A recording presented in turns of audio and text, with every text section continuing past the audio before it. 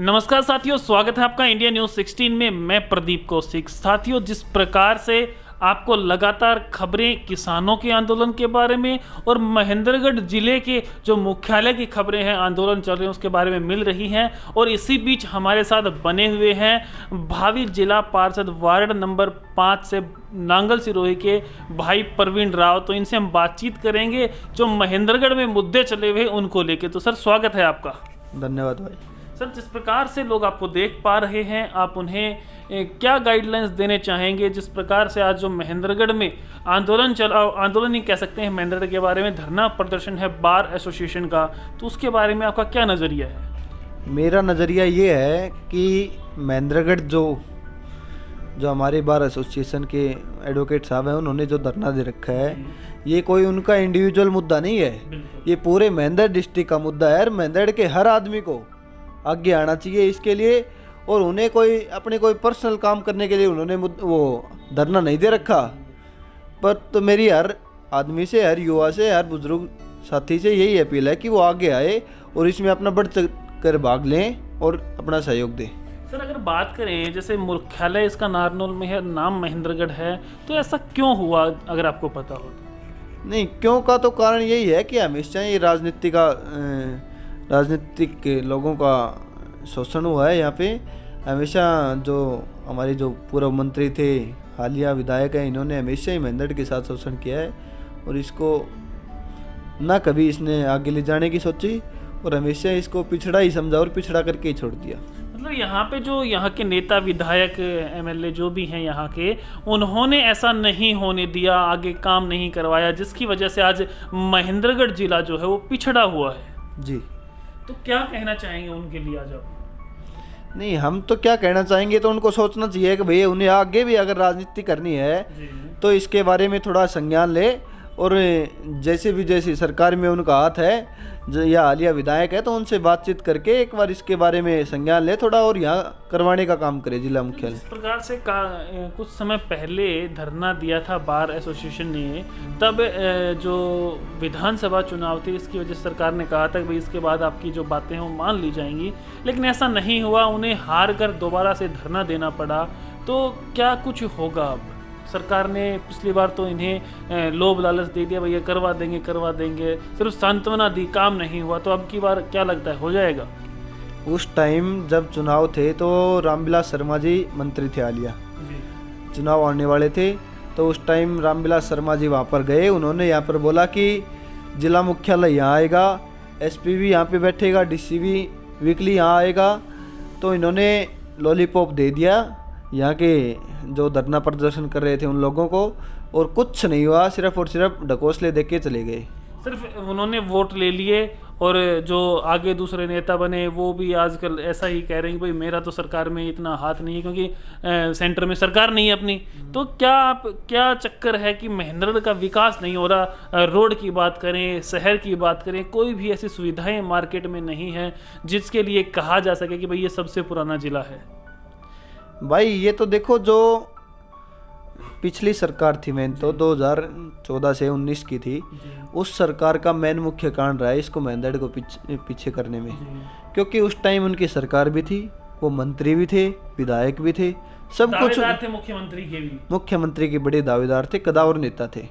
ये नहीं कि भाई कोई विधायक थे, सरकार किसी और की थी, सरकार भी उनकी थी, मंत्री भी थे, फिर भी उन्होंने नहीं करवाया। तो ये मेन गलती उनकी ही है। उन्होंने कुछ सोचा होगा इसके बारे में कि भाई उनका कोई पर्सनल कोई काम होगा जिसकी वजह से उन्होंने नहीं करवाया, भाई पता नहीं क्या कारण था, वो जाने।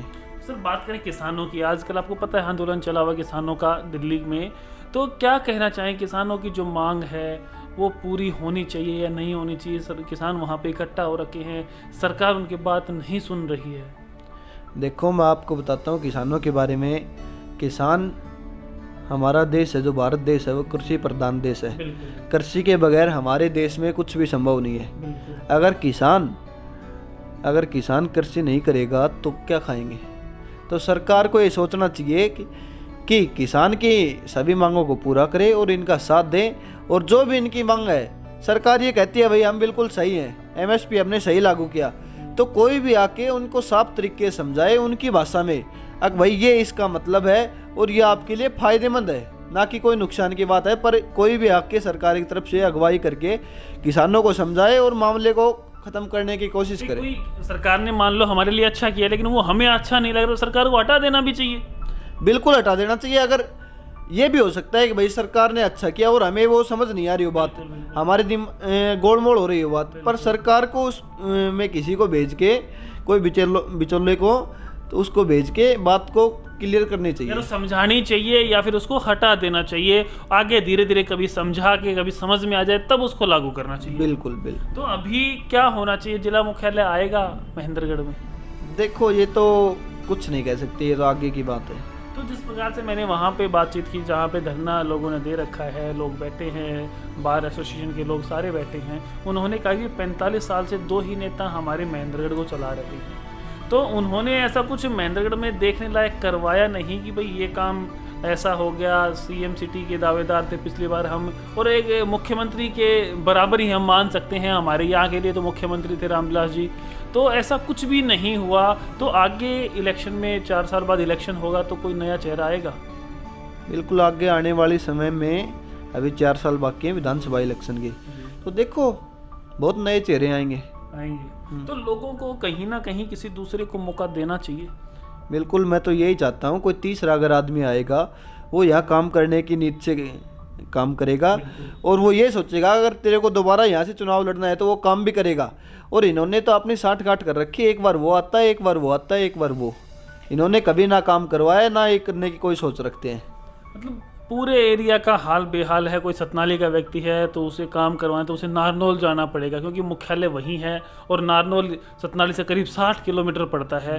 तो परेशान तो वैसे ही हो जाएंगे, पूरा दिन खराब हो जाएगा। तो फ़ायदा क्या? लोगों को तो नुकसान है इस बात का। हमारे यहाँ के बड़े बड़े नेता हैं जिनके सीधे लिंक मुख्यमंत्री साहब और प्रधानमंत्री जी से हैं, तो कुछ भी नहीं हो पा रहा है। तो क्या क्या है महेंद्रगढ़ में? महेंद्रगढ़ में कुछ नहीं है भाई साहब। सिर्फ और सिर्फ जो हमारे मंत्री हैं, पूर्व मंत्री हैं, वो सिर्फ कहने के हैं हमारे वो मंत्री जानकार हैं, वो हमारा भाई है, वो हमारा बेटा है, वो हमारा भतीजा है, सिर्फ कहने की बातें हैं। अगर इनका इतना ही संबंध है उनसे, अगर सेंटर सरकार से या हरियाणा सरकार से इनका इतना ही गहरा संबंध है, तो यहाँ के जो लोकल काम है इनको करवाएं, तब हम मानेंगे भाई इनका इनसे कदा और नेता है, इनकी चलती है कि नहीं चलती है, तब पता लगे हमें तो। और कहने को तो हम भी कह दें हमारा मुख्यमंत्री जी जानकार है, प्रधानमंत्री जानकार है, अरे जब हमारे से कोई काम ही नहीं हो रहा तो क्या जानकारी। तो सर, जैसे आप भी इलेक्शन की तैयारी कर रहे हो, जिला पार्षद के अभी आने वाले हैं कुछ ही समय में, तो किस प्रकार से क्या तैयारी चल रही है? भाई साहब कंटिन्यू हमारे जो गांव पड़ते हैं उनमें हम कंटिन्यू जा रहे हैं। अभी तो विवाह शादियों का कार्यक्रम चले हुए हैं, तो उनमें हमारा कंटिन्यू रोज़ जाना आना होता है, हर सुख दुख में जाते आते हैं। तो बहुत बढ़िया लोगों का, युवा साथियों का, बड़े बुजुर्गों का बहुत बढ़िया आशीर्वाद मिल रहा है। बढ़िया रुझान बना हुआ है। बहुत बढ़िया, बहुत बढ़िया। तो कोई ऐसा दावेदार आपके सामने खड़ा हुआ हो आपके वार्ड से? भाई आज के दिन में किसी को अपना प्रतिद्वंदी नहीं मानता। मतलब कोई ऐसा खड़ा ही नहीं हुआ है कि भाई जो आपके सामने लड़ सके। मतलब अभी तक साफ टारगेट आपका जो आपको सोच रहे हो वो बना हुआ है?